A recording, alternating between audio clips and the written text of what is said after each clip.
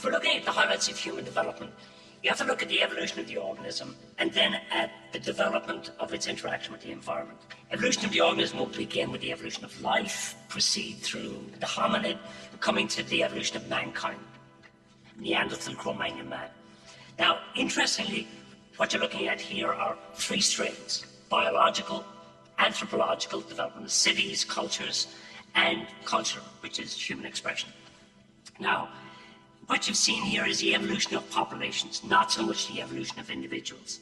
And in addition, if you look at the timescales that's involved here, 2 billion years for life, 6 million years for the hominid, 100,000 years for mankind as we know it, you're beginning to see the telescopic nature of the evolutionary paradigm.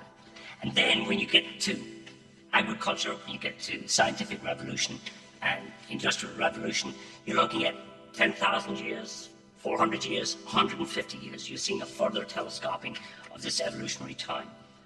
What that means is that as we go through the new evolution, it's going to telescope to the point we should be able to see it manifest itself within our lifetime, within a generation. The new evolution stems from information, and it stems from two types of information, digital and analog. The digital is artificial intelligence. The analog results from molecular biology, the cloning of the organism, and you knit the two together with neurobiology. Before, under the old evolutionary paradigm, one would die and the other would grow and dominate. But under the new paradigm, they would exist as a mutually supportive, non-competitive grouping, independent from the external.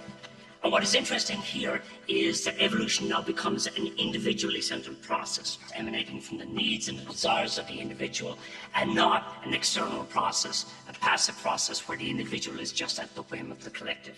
So, you produce a neo-human with a new individuality, a new consciousness. But that's only the beginning of the evolutionary cycle, because as the next cycle proceeds, the input is now this new intelligence. As intelligence piles on intelligence, as ability piles on ability, the speed changes. Until what? Until you reach a crescendo in a way could be imagined as an almost instantaneous fulfillment of human and neo-human potential. It could be something totally different. It could be the amplification of the individual, the multiplication of individual existences, parallel existences, now with the individual no longer restricted by time and space. And the manifestations of this neo-human type evolution, manifestations could be dramatically counterintuitive. That's the interesting part. The old evolution is cold, it's sterile, it's efficient, and its manifestations of those social adaptation. You're talking about parasitism, dominance, morality, war, predation. These will be subject to de-emphasis. These will be subject to de-evolution. The new evolutionary paradigm will give us the human traits of truth, of loyalty, of justice, of freedom. These will be the manifestations of the new evolution.